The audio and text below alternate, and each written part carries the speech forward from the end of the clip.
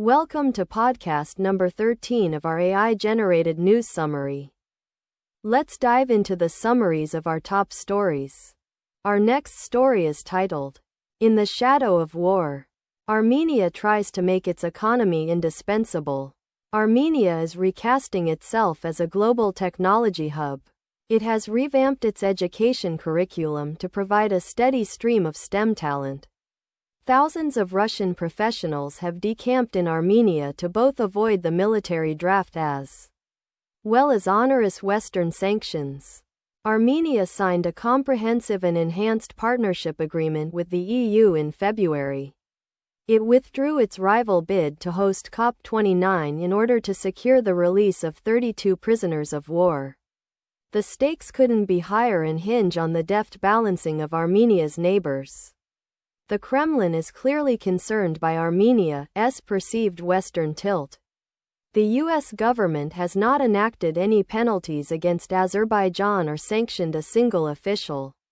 The world will descend on Baku next month. Armenia withdrew its bid to host COP29 to secure the release of 32 prisoners of war, and Armenia has no diplomatic relations with its western neighbor, Turkey. To the north sits Georgia and to the south the Islamic Republic of Iran. The establishment of the Zangezur corridor would effectively seal off Armenia's southern frontier with Iran. Our next story is titled, Harris and Trump see economic policies as best chance to win Latino voters. The Trump and Harris campaigns see what could be an election-deciding opportunity with Latino men. The group could swing the outcome in states such as Pennsylvania, Arizona and Nevada if their traditional support for Democrats erodes. Harris has also focused on black men, to whom she also pitched the forgivable loans for small businesses. The latest Labor Department figures show there are 641,044 registered apprenticeships. Doubling that figure as Harris has proposed would put the total number of apprenticeships at roughly 1.2 million over 4 years. Harris's running mate, Minnesota Gov. Tim Walz, will be on Univision's El Bueno, La Mala, y El Fio, a syndicated radio show. This week, Trump has appeared on podcasts to target younger men. You have great ambition, you have great energy, very smart, and you really do like natural entrepreneurs, he says. In October 12 event, you really do like natural entrepreneurs, Trump says. Our next story is titled, You Don't Have to Dread the End of Daylight Saving. The end of daylight saving time is an abrupt shift from one day to the next. The day is blunted. The change is usually met with initial relief at getting an extra hour of sleep.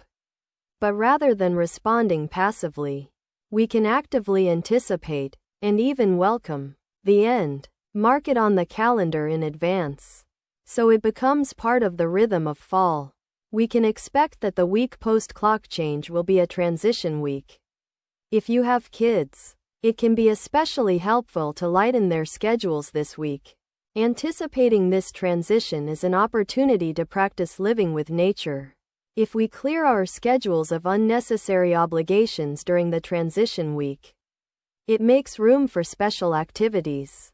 Call it your daylight saving time activity or your darkness celebration. How you respond to the clock change can set the tone for the following months. For those needing downtime, plan a special night at home. Acknowledging and preparing for an approaching change gives us the chance to make it our own. Our next story is titled, Blinken arrives in Israel to revive ceasefire efforts after the killing of Hamas leader.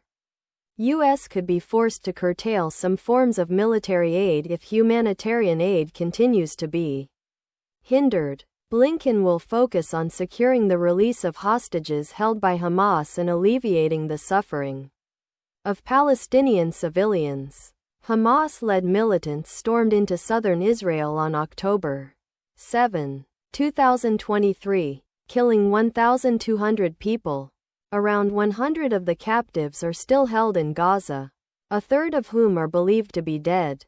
Gulf Arab nations like the UAE and Qatar host major military installations.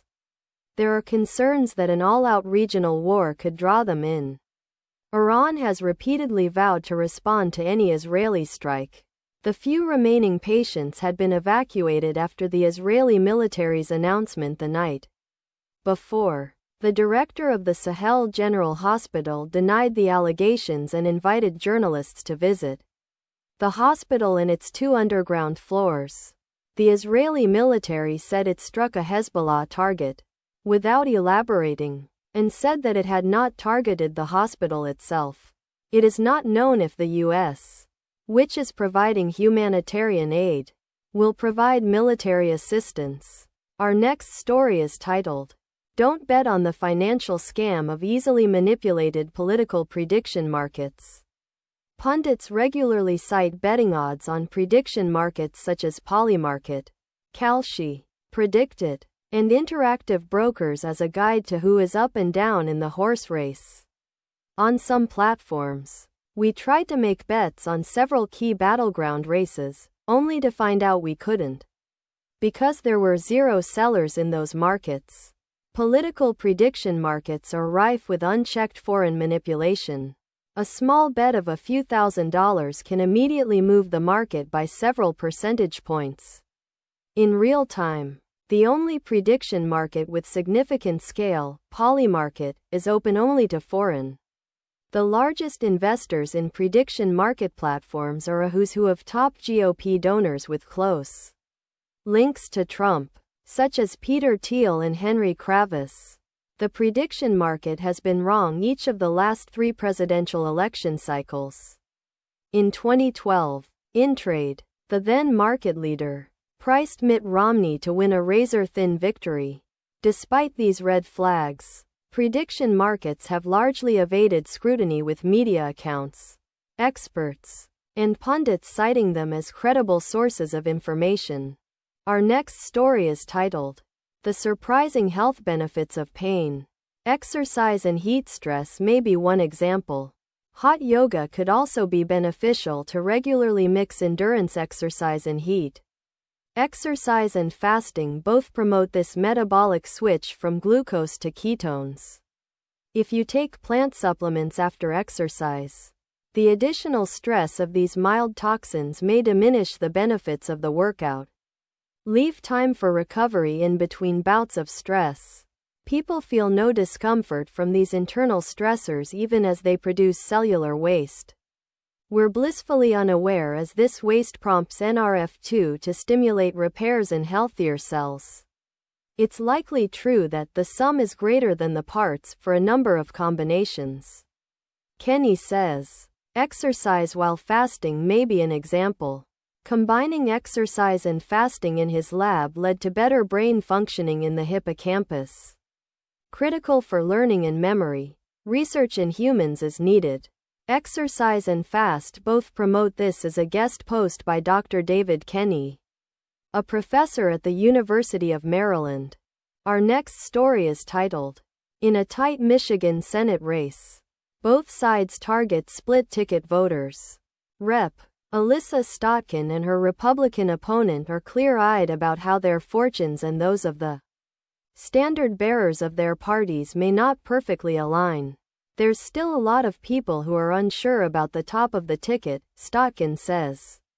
It's a similar pragmatism for Rogers, who sought the Trump endorsement and has tried to avail himself of the MAGA. The Michigan contest is a rare matchup between 2 lawmakers with tangible voting records. Clinton is now 4 points ahead of Rogers. The race is one of the few Senate races in the country that's legitimately a toss-up. The last state party chairwoman was an unrivaled mess. Republicans lost the governorship, a state Senate supermajority, and a state House majority. And the last state governor was a Democrat. The state GOP is in a rare state where one survives in a state with a Democratic governor and a Democratic state Senate majority. It's a race that could go either way. Our next story is titled, "Former Abercrombie and Fitch chief Mike Jeffries arrested on federal sex trafficking charges."